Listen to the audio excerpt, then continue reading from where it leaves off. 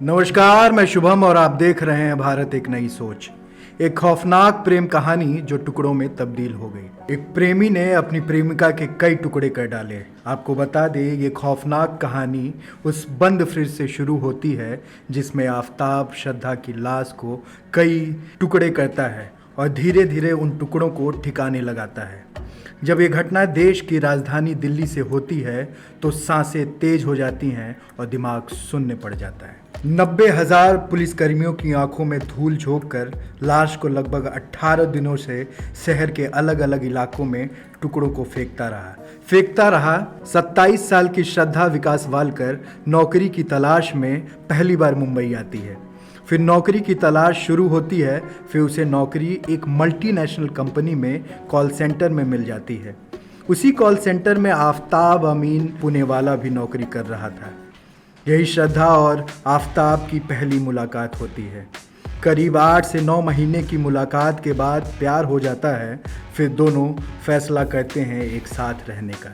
कुछ दिनों बाद श्रद्धा आफताब के बारे में अपनी माँ से बात करती है और माँ से बात श्रद्धा के पिता तक पहुँच जाती है। दोनों आफताब के साथ रिश्तों का विरोध करते हैं। इन सब बातों के बाद श्रद्धा के माता पिता उसे घर बुलाते हैं और समझाने की कोशिश करते हैं। ये रिश्ता नहीं हो सकता है, पर श्रद्धा उनकी एक नहीं सुनती है और आफताब के पास वापस आ जाती है। जनवरी 2020 में श्रद्धा वालकर की मां की मौत हो जाती है।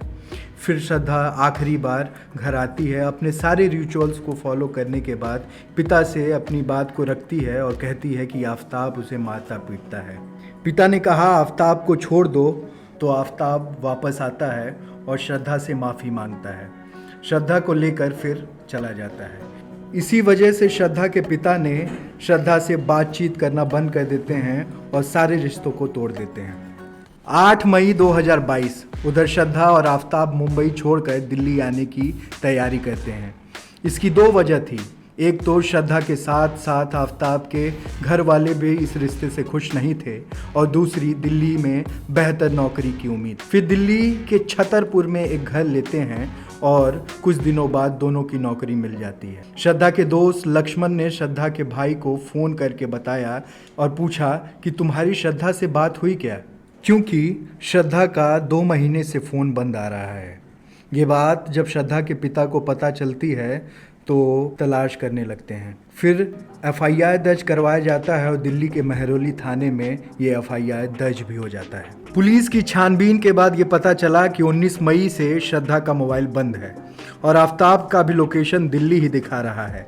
ये बात हैरान करने वाली थी। इसके बाद महरौली पुलिस की टीम आफताब से पूछताछ शुरू करती है। आफताब एक कहानी सुनाता है कि 19 मई को श्रद्धा और उसके बीच एक लड़ाई हुई और श्रद्धा उससे छोड़कर चली गई। पर शुरुआती पूछताछ में पुलिस को कोई शक नहीं हुआ, पर जब कई बार की पूछताछ में आफताब अपने बयानों से बदलता रहा तो पुलिस को शक हुआ और आफताब से सख्ती से पूछताछ करनी शुरू कर देती है पुलिस। आफताब ने जो कहानी सुनाई तो शायद दिल्ली के क्राइम हिस्ट्री में ऐसी कोई कहानी न कभी सुनी न सुनाई गई थी।